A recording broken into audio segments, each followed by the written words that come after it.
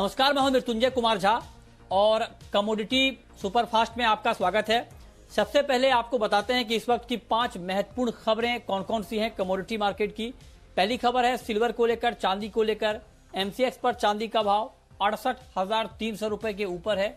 चांदी में 200 रुपए से ज्यादा की मजबूती है और अंतर्राष्ट्रीय बाजार में चांदी के दाम $26.5 प्रति औंस के ऊपर हैं और अंतर्राष्ट्रीय बाजार में करीब करीब 0.25% की तेजी दिख रही है। इसके अलावा गोल्ड की बात करें तो गोल्ड का मार्केट रेंज में है, दायरे में है। 50,000 के इर्द गिर्द मार्केट आज शुरुआती दौर से ही घूम रहा है और पिछले 2 दिनों में 200 के दायरे में ही कारोबार हुआ है।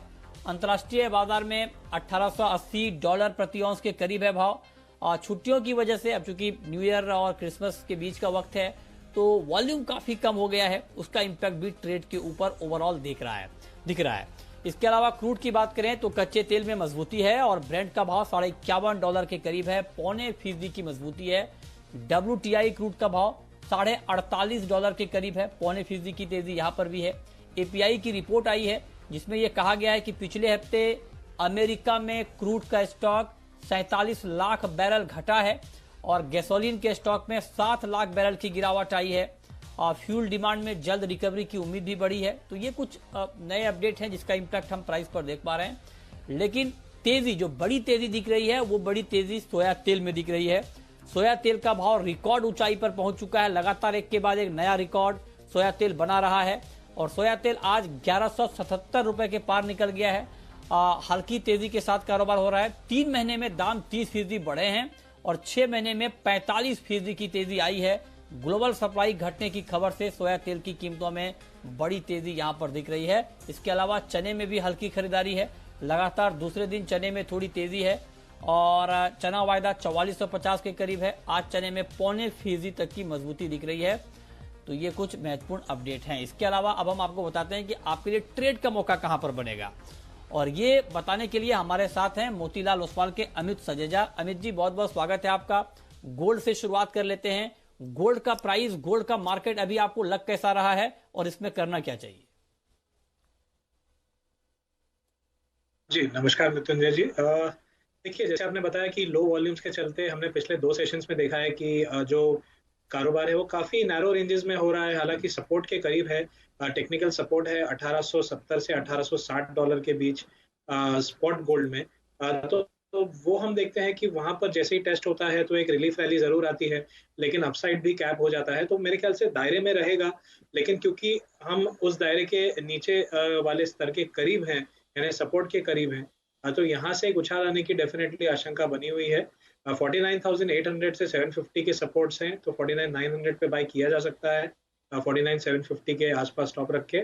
और मुझे लगता है क्योंकि अपसाइड कैप्ड होगा तो 50,200 से बहुत ज्यादा अपसाइड शायद गोल्ड के प्राइस नहीं जा पाए।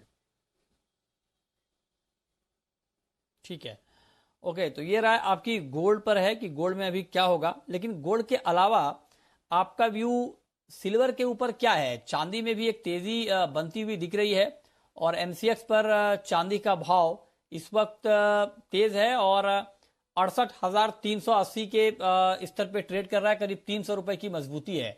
तो चांदी में क्या किया जाए? जी देखिए, चांदी में हमने पिछले दिनों में देखा है कि गोल्ड के मुकाबले जो फॉल है वो थोड़ा सीमित आता है, लिमिटेड आता है और रैली भी ज्यादा आती है। कहीं ना कहीं बेस मेटल्स का भी जो इम्पैक्ट है वो चांदी को सपोर्ट करके रखा है। आज भी हमने देखा चांदी डिसेंटली पॉजिटिव है। मुझे लगता है कि 68,100 के करीब एक बार डिप मिलेगी शाम के सेशन तक, वहां पर बाइंग इनिशिएट कर सकते हैं 100 से 200 के बीच। और ओवरऑल 69,200 के करीब का टारगेट लिया जा सकता है। तो मुझे लगता है 69,000 के ऊपर एक बार प्राइसेस निकलेंगी और ठीक इस है, ट्रेड के लिए रीसेंट लो यानी 67,700 के नीचे स्टॉप इनफ रहेगा। ओके। तो ये राय आपकी हो गई चांदी के ऊपर। ठीक है, कॉपर में क्या किया जाए अमित जी? क्या कॉपर में भी अभी कुछ बाइंग करना ठीक रहेगा? क्योंकि कॉपर का जो जनवरी का वायदा है 600 रुपए के ऊपर है। हालांकि बहुत ही डल ट्रेड है, बहुत ही सुस्त है मार्केट। क्या करना चाहिए इस भाव पर? जी मुझे लगता है कि शॉर्ट टर्म में कॉपर एक्चुअली करेक्शन में है। हालांकि मैंने 604 पे बेचने की सलाह दी थी जब वो 603.50 के आसपास था। ऑलरेडी दाम फिसल चुके हैं, 601.80 हो चुका है। तो फ्रेश जो ट्रेड किया जा सकता है 602.50 603 के बीच भी बिकवाली की जा सकती है, और मुझे लगता है कि 600 के नीचे एक बार बाजार जो है वो फिसल सकता है। तो फिलहाल 617 से हम देख रहे हैं जो ऑल टाइम हाई बना है, उसके बाद एक करेक्टिव मूव देखने मिला है। मेरे हिसाब से वो जारी रहेगा। ठीक है, क्रूड ऑयल में क्या किया जाए? थोड़ी सी तेजी है, करीब आधा फीसदी की, 3550 के आसपास है एमसीएक्स पर कच्चे तेल का भाव। इस भाव पर क्या बाइंग करनी चाहिए आज के लिए? क्या 3600 के टारगेट को इंट्राडे के लिए ध्यान में रखना चाहिए? मुझे पहले एक्चुअली एक शॉर्ट टर्म करेक्शन दिखती है, क्योंकि इस हफ्ते जब जैसे पहले हमारी बात हुई तो 3610 के लक्ष्य दिए थे, वो भी खत्म हो गए, और उसके बाद हमने देखा कि मुनाफा वसूली हावी हुई है। मुझे लगता है वही ट्रेंड जारी रहेगा, यानी ऊपरी स्तरों पे हम कहीं ना कहीं 3600 के आसपास इमीडिएट एक कैप देख पाएंगे, और ये पॉसिबल है कि हम 3500 तक प्राइसेस को स्लिप होता हुआ देखें। तो प्योरली इंट्राडे, हालांकि ओवरऑल फंडामेंटल स्ट्रांग है, लेकिन मुझे एक करेक्शन दिखती है पहले 3500 तक की, और उसके बाद बाइंग रिज्यूम हो सकती है, तो इसलिए पहले सेलिंग की सलाह होगी। ठीक है, तो आप कह रहे हैं पहले सेलिंग की सलाह। नेचुरल गैस में क्या किया जाए? नेचुरल गैस में इस वक्त अगर हम देखें तो गिरावट है करीब 1 से 1.25% की, 180 के नीचे है भाव। क्या करना चाहिए अभी अमित जी नेचुरल गैस में?